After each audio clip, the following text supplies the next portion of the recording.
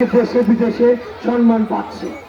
এই যে মায়েরা যারা সামনে বসা, সবার একটা শব্দ আছে না? সবার শব্দ আছে তো? সবার এই শব্দটাই মানুষকে বড় করে। চীন দেশের একটা প্রবাদে আছে যে জন্মের সময় প্রতিটা বাচ্চা সমান থাকে, শুধুমাত্র পরবর্তী জীবনে বাবা মায়ের স্বপ্নে পরিবেশের কারণে এই সন্তান বড় হয়। আজকে এই যে শাহের স্কুলের যে গার্ডিয়ান এবং বাচ্চারা এখানে বসেছে, একটা ভালো স্কুল, টাঙ্গাইলের নাম করা স্কুল এবং শিক্ষকরাও ভালো। আমরা ঢাকা থেকে শাহের স্কুলের সুনাম শুনি। শুধুমাত্র আপনারা সন্তানদেরকে এই স্বপ্নটা দেখাবেন। এই স্বপ্ন যদি ওরা লালন করতে পারে, ধারণ করতে পারে, তাহলে আমাদের মতো না, আমাদের চেয়ে বড় হবে। কারণ আমরা টাঙ্গাইলের সন্তান, করুটিয়ার সন্তান, দেশে বিদেশে সম্মানিত হচ্ছি। আর শেষ যে কথাটা বলবো, দেখেন, আমি একটা বিশ্ববিদ্যালয়ের শিক্ষক, ডক্টরেট করেছি, অনেকগুলো ডিগ্রি নিয়েছি।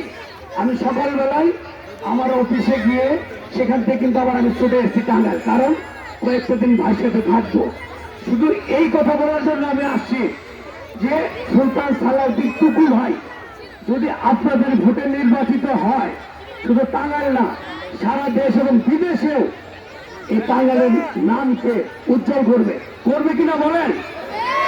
কারণ একজন মানুষ যত বড়, তার মুখের কথা তত মূল্যবান, ঠিক কিনা বলেন? আজকে টুকু ভাই টাঙ্গাইলকে যেখানে যে উচ্চতায় দিতে পারবে, টাঙ্গাইলের অন্য কোন ক্যান্ডিডেটের পক্ষে এটা সম্ভব না, ঠিক কিনা বলেন? আমার ভোটটা খুবই মূল্যবান, কিন্তু এবার আমি কাকে দিব? একজন মূল্যবান মানুষকে দিব। এর জন্য আপনারা দেখেছেন তারেক রহমান সাহেব টাঙ্গাইলে এসেছিলেন, আমরা ঢাকার প্রোগ্রামে দেখেছি লক্ষ লক্ষ মানুষ, সেখানে 3 জন লিডারকে দেখেছি মঞ্চে। সবচেয়ে বেশি প্রভাবশালী ছিল, সবচেয়ে বেশি এক্সপোজার ছিল, তার মধ্যে আমাদের টুকু ভাই ছিল। আমাদের গর্বে ভুলে যায় না? আমার 2 সন্তান রাজুক কলেজে পড়ে।